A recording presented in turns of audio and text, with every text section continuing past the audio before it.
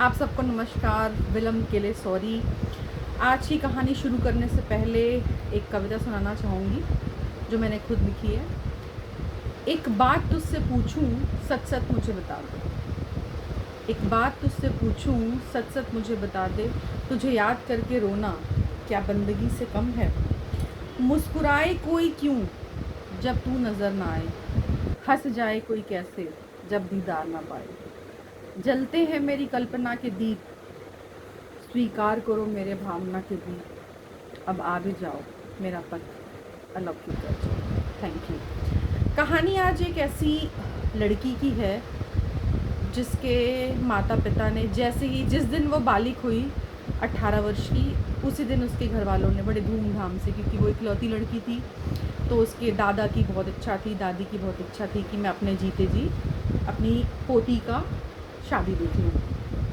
तो जिस दिन 18 वर्ष की हुई उस दिन उसकी शादी बड़े धूमधाम से कर दी गई और वो बहुत खुश थी अपने पति के साथ। वक्त बीतता गया, उसको एक बेटी हुई, बहुत प्यारी सी, सुंदर सी। और कुछ वक्त और बीता, सब कुछ बहुत अच्छा चल रहा था। उसको लग रहा था मेरे जितना खुश नसीब इस दुनिया में कोई है ही नहीं। फिर उसके कुछ दिन बाद उसको एक और प्यारी सी बेटी होती है। उसकी ज़िंदगी खुशियों से भर जाती है कि मुझे जीने की वजह मेरी दो प्यारी प्यारी बेटियां मिल गईं।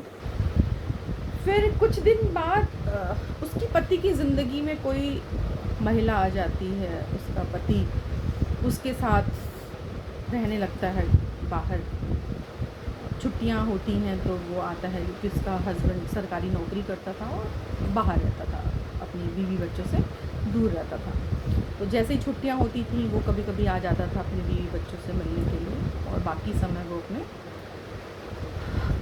मतलब जो महिला थी उसके साथ रहता था। फिर उसने अपनी पति से बहुत झगड़ा किया, बहुत बोला, बहुत कहा कि अगर तुम नहीं हो मेरे साथ खुश तो तुम उसके साथ ही रह लो, मुझे डिवोर्स। तो उसने डिवोर्स फाइल करने के लिए बात की। तो अभी वो विचार बना ही रही थी कि मैं डिवोर्स ले लूँगी। तो इसके पति का एक रोड एक्सीडेंट में उससे पति की मौत हो जाती है। और ये महज उस समय 28 वर्ष की होती है, और 28 वर्ष में वो दो बच्चों की माँ बन चुकी होती है।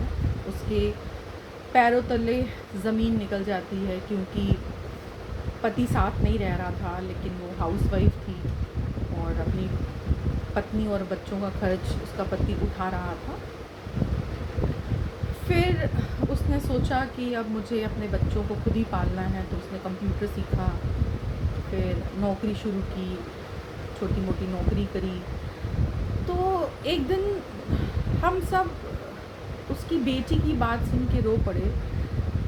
उसने बोला चलो मैडम कहीं बाहर कुछ सामान लेने चलते हैं। तो उसकी बेटी ने कहा मम्मी शॉपिंग करने जा रहे हो तो पापा ख़रीद लाना, क्योंकि मेरे सारे दोस्तों के पापा हैं, मेरे पापा नहीं हैं। तो पापा कैसे होते हैं मुझे नहीं पता, तो पापा ले आना। बच्चे कितने मासूम होते हैं, बच्चों को पता ही नहीं कि रिश्ते बाज़ार में ख़रीदे नहीं जाते। फिर धीरे धीरे, चूँकि डिवोर्स हुआ नहीं था अभी, वो सोच रही थी डिवोर्स लेने के लिए। तो उसके पति की सरकारी नौकरी थी, तो बहुत संघर्ष के पश्चात अब उसको सरकारी नौकरी मिल गई है, और वो अपने दोनों बच्चियों का जीवन बहुत सुकून से, प्यार से काट रही है। और वो भी ज़िंदगी में खैर पुरुष की कमी, पति की कमी, पिता की कमी कोई भर तो नहीं सकता, लेकिन क्या कर सकते हैं। आज की डेट में ऐसे भी बहुत कम लोग हैं जो पिता जैसा प्यार दे पाएँ, उनके साथ सौतेला शब्द ना जुड़े। पर महिला अकेले में इतनी काफ़ी है कि वो अपने दोनों बच्चों का पालन पोषण संस्कार सब कुछ बहुत अच्छे से देती है। तो आज का मोरल ऑफ द स्टोरी ये है कि ज़िंदगी में कभी भी आप शुरुआत कर सकते हो, बस खुद पे भरोसा होना चाहिए, अपने ईश्वर पे भरोसा होना चाहिए। वो अपनी ज़िंदगी 28 वर्ष में शुरू कर सकती है, अपने पैर पे 28 साल में खड़ी हो सकती है, तो हम क्यों नहीं? बाकी लोग क्यों नहीं? तो आप ऐसा कभी भी मत सोचा करो कि हम माँ जो है वो अपने में ही परिपूर्ण है। कहते हैं ना कि हमने भगवान नहीं देखा, इसलिए भगवान ने माँ बनाई ताकि हम माँ के रूप में भगवान को देख सकें। तो अपनी माँओं से बहुत प्यार करिए। बाद में मरने के बाद रोने से अच्छा जीते जी आप उनको ज़िंदगी की सारी खुशियाँ दे दीजिए, उन्हें पछताना ना पड़े।